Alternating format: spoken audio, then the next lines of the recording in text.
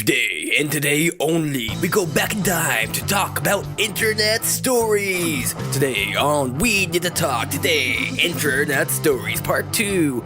You've been waiting for it because I forgot to edit the last one. I got the episodes mixed up, and so I did Mask Part 1, did Mask Part 2. Well, Mask Part 2 came after Internet Stories because I forgot about it. But here we are, Internet Stories Part 2. So we had the first rap battle competition and then the second one. The third one I didn't compete in because I can't rap, but I still hosted it. And I was pretty good at hosting things. And then we had I did the other older projects. I was very active on the music forum, and the music forum was pretty good. I think I helped with it because I tried to help make it so that the forum was about giving good criticism and giving feedback. And so people were giving feedback and good feedback back and forth. The one person who didn't like feedback was TH89. He posted one of his things, and it's production quality was good. The rap was pretty good. He's got good rhythm, flow, and everything. But the thing I brought up to him, which he kind of just started dissing me and getting defensive, was that a lot of his he had a lot of funny lines, but he didn't pause at them at all. He just kind of kept going to something else and set up another line. It's kind of like if a comedian was telling a joke and blah, blah, blah, blah, punchline, and they don't stop at the punchline, let the audience laugh or kind of process it. It's just and blah, blah, blah, punchline, blah, blah, blah, punchline, blah, blah, blah, punchline, blah, blah, blah, punchline, blah, blah, blah, blah, punchline. It's kind of you can't keep up with it. You don't have time to react or kind of laugh to it. It's not really that funny.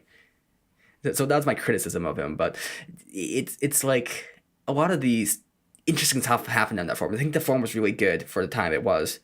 And there's a bunch of other forums I went on to as well, because there was a drug forum, which I was very active on. Mm-hmm. The DD. Yeah. Drug discussions. And I did a rap for that, too. Oh, I did a song. This was pretty bad, but there was a... Oh, yeah. Can you play the song in the episode? Yeah. Okay. There was a user called The Miracle, and he got caught smoking in his room, and his parents found out, and I forgot how the lyrics went. I was singing the lyrics there, but... So essentially, this user called The Miracle, he gets caught smoking in his room, and then his parents find... I'm saying the same thing again. Wait. Are you going to actually put the song in the episode? Yeah. Then just let it explain it. Oh, okay. Does the lyrics explain what happened? Yeah. Just play the music. But anyway, so I decided to just make fun of this person by writing a whole song. And this I don't know why. He didn't appreciate it very much at all. I thought it was hilarious. I did a whole rap, and the idea was just to call out everybody in a positive way. So I was making a bunch of references to people and things that they had posted in the forum. There was one time that there was a group chat that was all video chat that people would come in and out of, and everybody would just have a good time in it. And there was a guy called Kyle, and one time Kyle left his camera on for 3 hours, and everyone was coming and going, and then all of a sudden on Kyle's camera a box starts moving, wiggle, gets closer to the camera, and then Kyle pops out of the box. He had been in a box for literally over an hour, and then he just pops out, and everybody lost it. The dedication for that, just to have a camera on an empty room and pop out of a box in the background, unreal. Oh God, that drug forum was so good. I think there's a thread on there where it's it wasn't said exactly, but everything was a Pink Floyd reference. You always had some sort of Pink Floyd reference. Every post was. Mm-hmm. There's so many great things on many of the subforums I kind of miss, because it's there's a sense of community. You kind of knew the people, and you could kind of get kind of interact with them in certain ways. No, it was a great community. That's why I did the whole rap, was just to honor everybody who was there and the fact that we were a community. And I think I end it with saying no matter what you do or who you are, that you can say whatever you want in the DD, the drug discussions forum, but just know it's all about respect. We all respect each other when it comes down to. And people seem to really like the rap. It was awful. I want to be super clear. It was awful. Delivery was one of the worst. But I think the message was what was important. Yeah, I think one thing that the forum helped me a lot with is I mean, maybe not speaking so much, but formulating my thoughts in a way that people can understand. I'm a lot better with writing stuff out, partially because I write it like 500 times before I hit send. And it's like I was very sucky at argument. I was very sucky with argumentation before I got on the forum. And then the more arguments I got into, the more I had to refine my skills because it's like I wasn't convincing the other person. I mean, you really never convince someone on the internet, to be honest. But it's like I wasn't living up to what I wanted to, and people weren't understanding what I was saying, and people just were responding to something else that I wasn't saying. I was responding to them, but I wasn't responding to the right thing. So what I started doing is I started getting into a lot of podcasts. Well, there's one podcast. It's actually a video series on YouTube. It wasn't even a podcast, but it's by Kevin De La Plante called The Critical Thinker. And he goes over logical fallacies. And my idea here was, to point out logical fallacies that people were having, in their own arguments. Like, okay, this person's wrong. If I could just point to why they're wrong, oh, that's a straw man argument. Oh, that's a reductio ad absurdum. Like, I could just prove and kind of just demonstrate to them how wrong they were, and they can understand it in those terms. And then I could be like, yeah, this is why you're wrong. So how'd that work out for you?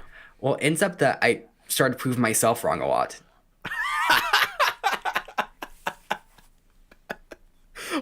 My argument against you is a straw man.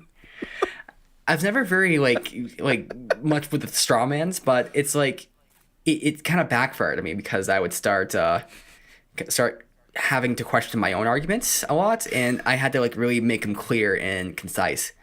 You're like reading the post and you're like, who is this fucking... Oh, wait, it was me. I had times where that happened. Like, I really regretted the post I made. Everything I've ever done. I can't say I was that bad at arguing. So I got super great with arguing because I just did it constantly in the forum, like way too much. Like, I have to like stop myself nowadays from getting onto like internet discussions and forums like that because I will fucking argue like crazy. And I get very, very technical. I got to the point where I started... I mean, no one ever convinced... I never really convinced people, let's be honest here. But same point, the arguments I was making against people, like, they were kind of dumb. They weren't very smart. Like, they were making really bad arguments, like super fucking terrible arguments. And I was pointing out how they were wrong and why they weren't right. And how, even if they were saying what's true, it doesn't affect what I'm saying because it's two separate things. And then what I started doing was I started correcting people on their arguments and making them better. And like, no, that's not how you respond to this. If you want to respond to this, this is how you argue against me. Say this. This is a lot more clever, and it's actually addressing what I'm saying. So you were arguing against yourself. Yeah, that's pretty much what I was doing. I was being very patronizing too.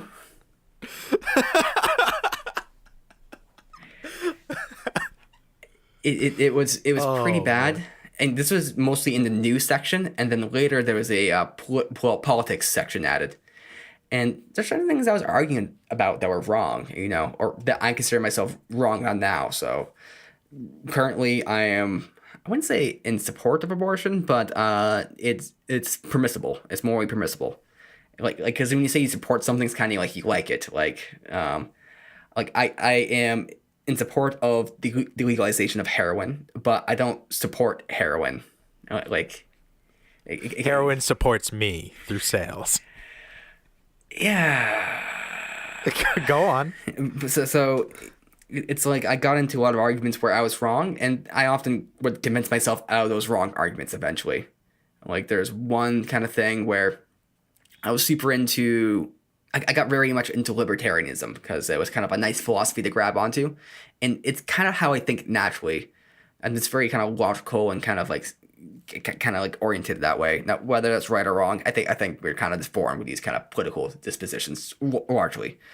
And so I got really into it and certain arguments, and there's a thread on politics about, is capital punishment wrong? And at that time, my thought was, well, no, it's not wrong. And that was my opinion.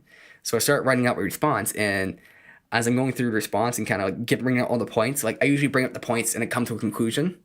It's like, so I guess according to the non-aggression principle, it is aggression to act against a child in that way. Therefore, spanking is wrong. Yeah. Wait, what? So your conclusion on capital punishment is don't spank your kids? Yes. That was Are you for or against the death penalty? Don't spank your children. Sorry, not capital punishment. What's it called? Corporal punishment. That's the one I'm talking about. No, I like this one better. Okay. Lethal injection or the electric chair? Spankings. But corporal. Go on. Corporal. With corporal punishment. So I was arguing with myself against that, and it's like I had the thing I was trying to argue, which was, yes, it's okay to spank your kids, but when all the logic got put out there, it's like, okay, so it's technically not okay to spank your kids. So you convinced yourself in your own argument for it to be against it. And it's like for about 5 months or so, I was kind of like, what's wrong with that? You're like, I'm never going to type again. I'm never going on these forums. I went back and read that response 5 months later. I'm like, this is the most confused, befuddled response. Because I'm trying to argue one point, but I'm just giving all the points to the opposite. Then I conclude the opposite point. I'm trying to the tone was not matching the conclusion or what I was trying to present. It's okay, no, that's a terrible analogy. I was gonna say it's like trying to argue that Hitler was a good guy and just bringing up all the people he killed. That's not a bad. I mean, that's an apt analogy. It's probably not savory, but no. So what's your biggest memory of early internet forums? Was it like a big feeling of community? Like, I know some subreddits get that way where people know each other and everybody frequents it, but I feel like there was something a little bit more with it because people with Face Punch at least. Yeah, I think you got to know the people there, and it was less of an anonymous sort of thing because I use Reddit a lot and I kind of browse it. Sometimes I get into little discussions, but it's mostly something I just kind of browse and lurk because otherwise I waste all my time. But you don't have that sense of community there. You don't know any of the people that are there, and the few people that you do know, they're joke accounts. So there's definitely that sense of hilarity. I'm gonna ask you what your thoughts on that are, but I just thought about an internet story, which is back in the game FAQ time. Game fags. Game fags. So my username, my initial username for game FAQs, I don't know why, it was Samus Aran fan. Okay, yeah. You probably never even played that knowing you. So no, I played Metroid Prime. I really liked Metroid Prime. Wait, is that the GameCube one? Yeah. Okay, go on. And Metroid Prime was great. So I'm not disagreeing. I just think if that's the only Metroid game you've played, that's sad. No, I played Super Metroid. That's arguably the best one. But okay, anyway, go on. So I really at the time, that was the only Metroid game I played. And I don't know why, but I did Samus Aran fan. So people thought I was super into Metroid. I really wasn't, but I liked Metroid all right. And so I was just kind of like a 11, 12, 13-year-old kid. I don't know what I was. And there was the game, what was it? So the thing about Metroid is that the lead character is named Samus Aran, and she wears this kind of big kind of space suit, and you wouldn't guess she was female, but the big twist in the first game, way back in the NES, whatever, was that she was a girl. And then in every game, essentially, at the end, she takes off her helmet and she's shows her flowing long hair.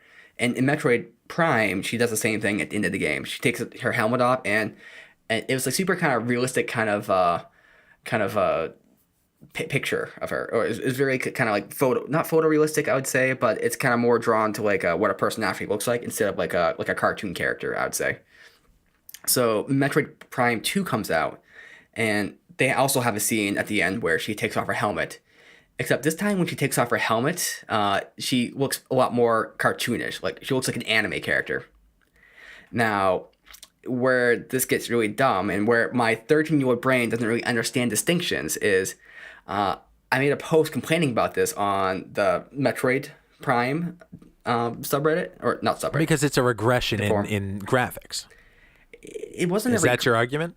Well, so I liked how realistic the first one was.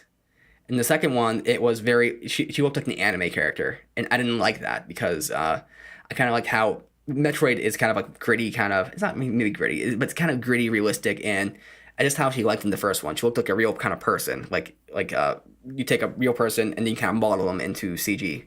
Okay. This was just like an anime character. The eyes were a lot bigger and the face was kind of a bit more like curvy and stuff. It's not like a real person, or essentially just an anime character. So I made a post, I made a thread, and I said, and this is a Metroid Prime 2 sub or board, I think you call it, and I said, Samus in Metroid Prime 2 looks too Asian. So you meant like an anime character, I meant Asian art style. Yes, I didn't know what anime was. I didn't know what manga was. So I said she looks too Asian. Okay, and how did the internet react? Well, so I don't know why, but I kind of stopped visiting Game FAQs for about like 3 weeks.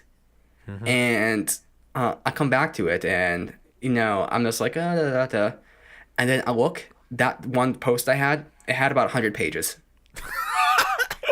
There were probably like 20 responses per page. And so I had like 2,000 responses. And the whole argument was about whether I was being racist, because I was saying that Samus should not look Asian. And what's the conclusion? What was the what was the synopsis? What's the consensus? People were defending me. People were, not defending me. But about like 3 days later, after I got back on the online, I got banned. Got perma banned for racism.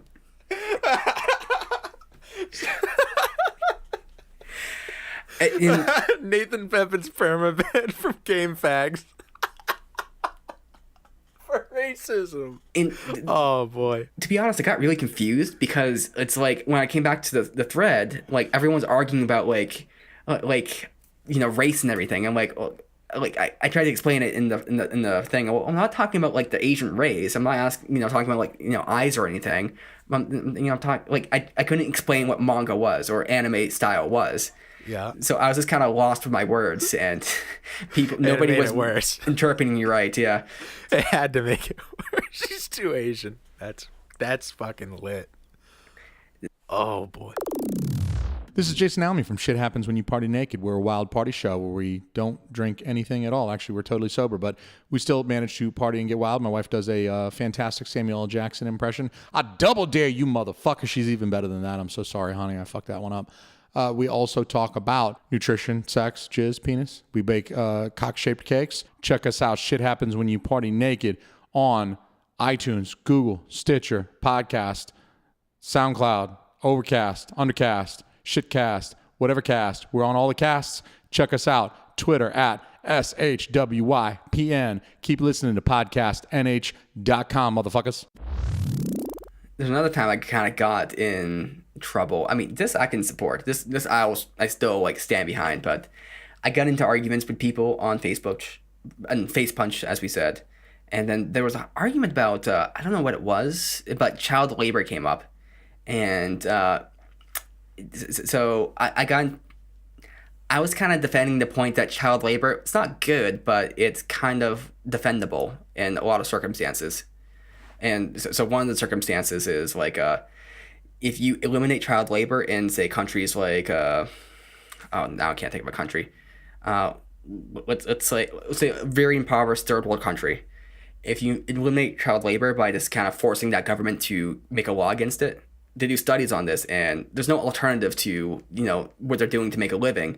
Instead, they either become prostitutes, they get in gangs, they get conscripted into the military, or they just die of starvation. So that's the studies that they did. And so I got into this whole big argument about whether child labor was right or wrong. And like, well, it's not like wrong if it's needed for them to survive. I mean, maybe it's a better alternative, but you can't just say no child labor over here and if things are just magically better. It's not like they're going to go to school. There's no school over there.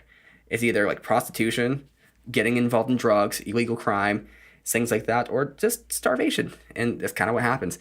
So I got into this argument, and this guy didn't like me very much. So on FacePunch, you could buy titles for someone. So next to your username, it could be like a like a little thing, a text. And a lot of times it was quotes people said. A lot of times it was like little things like that. So this person made a quote for me, which was a quote of me defending child labor, and it had a link to the post. So he paid $5 for that. That's genius, Nathan. Like, you gotta give him full props for that bad boy. And so people kind of saw me as the person who defended child labor, which I did. I'll still defend it. Okay. I remember now that you were right about the weird porn thing, but I didn't do it under my main account. I did it under a different account. You've been telling me I'm wrong about this for the last like couple years, and now you remember I'm right. Now I remember, but because I remembered my username when you were talking about usernames or the titles under names. That was back when I had a sexy drawn vampire woman as my logo, and I went by Molly the Meader. And I remember that. That was my Steam name too. That's right. You changed it to Meader. Yeah. I just liked the name Molly. I think it was like Molly the Goat first. And then I changed it to Molly the Meader. I honestly thought that you had like a cousin or something named Molly that you really liked. That's what I thought it was. That was just my sub account. Don't know why I named myself that, but that's where I posted the weird stuff. But my main account, just Meader, that's where I did all my good stuff. But Molly the Meader ended up getting banned for probably smartness rating or something like that. Oh yeah, that's right. You got rated dumb a lot. Well, no. I fell for like all of those like don't post this thing, and then it would get you like max dumb, and you'd get banned for it. Yeah, that's funny. They had smartness ratings, and it would give you like plus or minus points based on your post and grammar and spelling and stuff. But there were certain like specific keystrokes that if you typed in specific things, it would instantly ban you because it would drop your smartness rating so low you would be banned. And I fell for those all the time.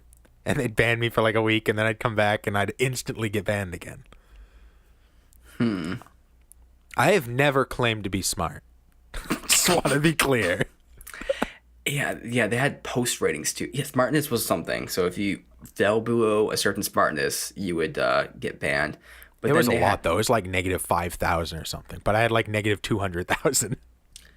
They had one where they had a rating system as well. It was like agree, disagree, rainbow, dumb, weed, and stuff like that. Also, I came up with a song called Sparked.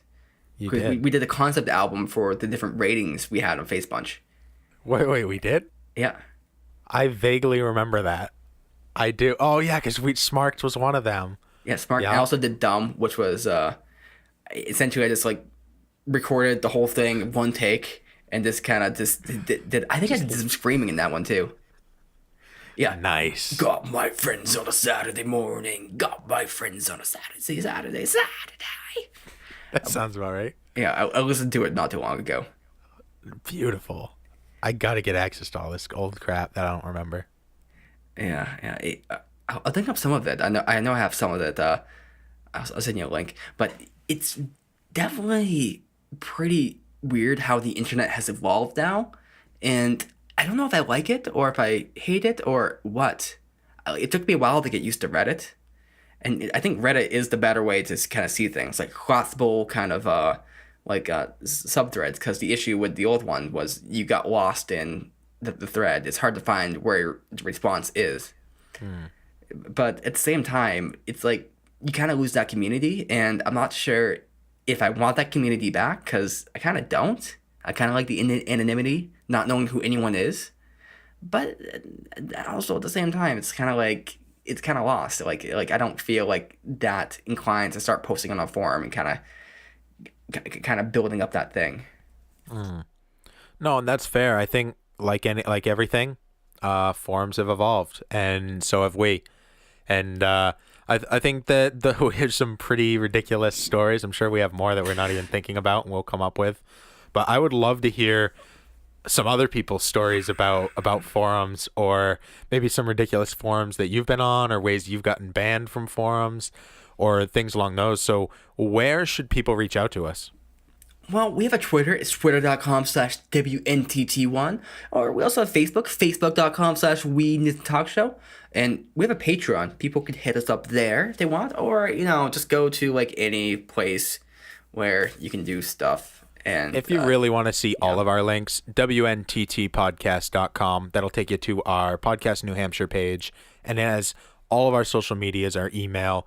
It has all of the places you can listen to us: Apple, iTunes, Google Play, Stitcher, Libsyn, all of that bull. But most importantly, we just want to thank you for listening. If you haven't given us a rating, we like once a year we ask for this. So if you could just go to iTunes or whatever you're listening on right now, drop a quick rating, 5 stars, 1 star, whatever your heart tells you is right. And hopefully it's 5, but we'll see. And just say something about the show, something you like. Be like, yo, the show is great. I love Meader and his fluffy beard. I can just feel it over the radio. And also that time you had that guest on. Yeah, that was pretty cool. Bring them back. Yeah, and Pepin.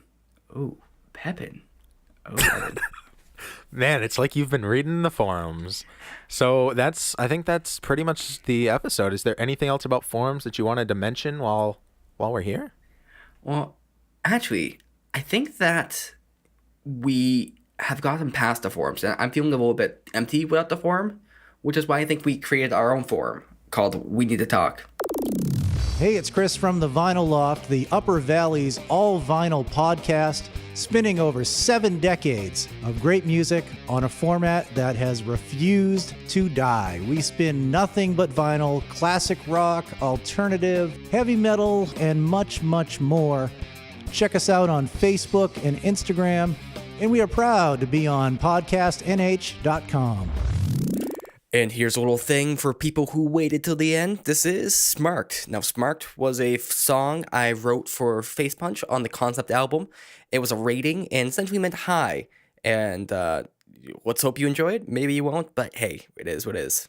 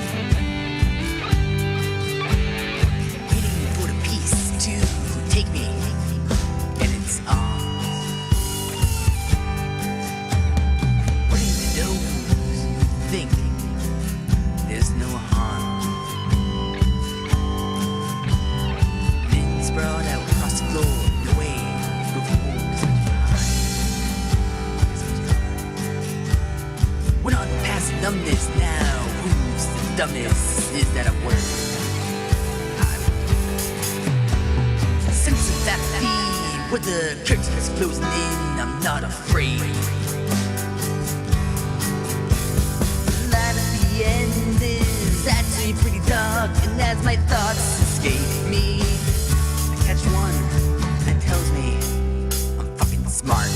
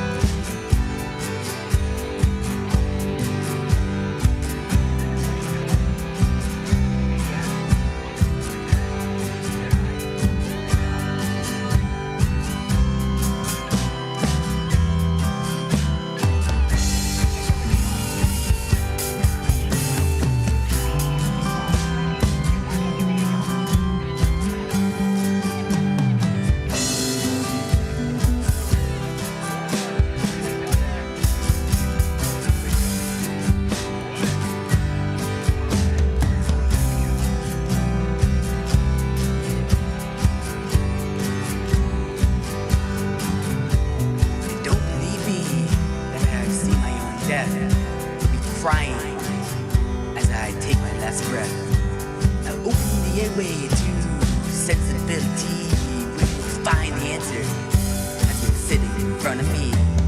Wait, makes sense. Am I on the defense for myself? Please help. Please help. Please help.